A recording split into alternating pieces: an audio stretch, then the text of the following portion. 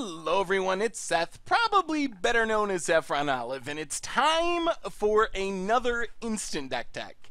So today's deck, which I'm calling Evolutionary Gifts, is pretty insane. As you can see, it is playing about 1,000,000 one-ofs. So many one-ofs that it actually doesn't really fit in our deck tech. It's got the words, the title, and the dollar amount covering up half of the deck because the deck is just so huge and so full of one-ofs.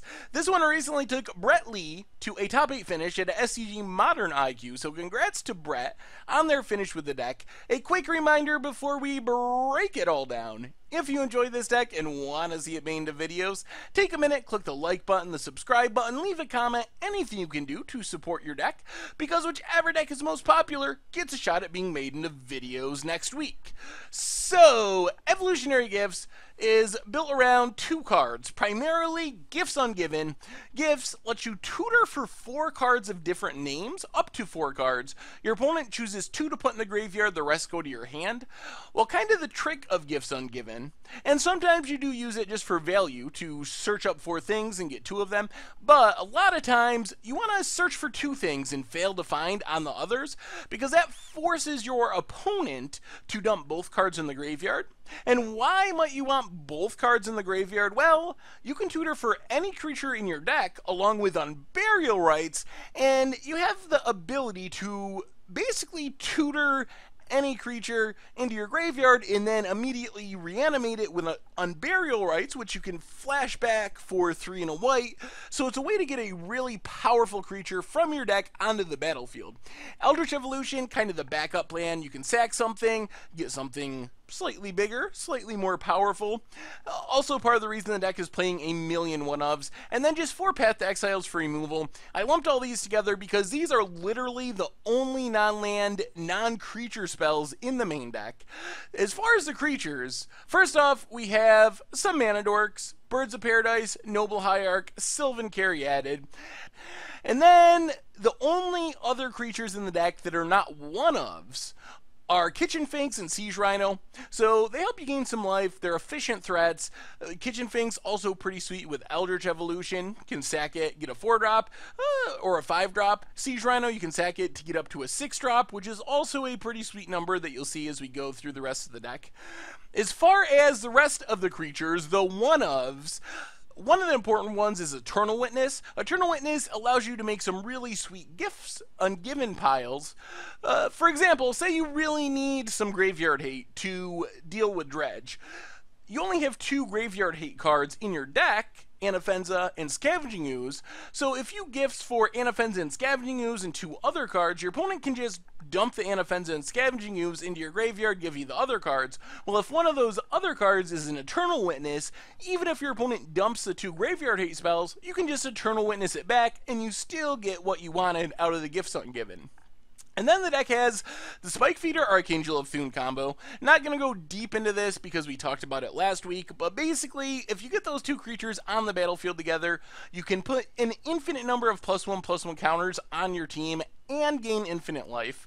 Reflector Mage and Thalia Heretic Cathar slow your opponent down. Then we have a bunch of value-y stuff. Blade Splicer works pretty well with Restoration Angel. You get the Golem token, blink it with Resto, get another Goblin token. Resto can also just save a creature from removal.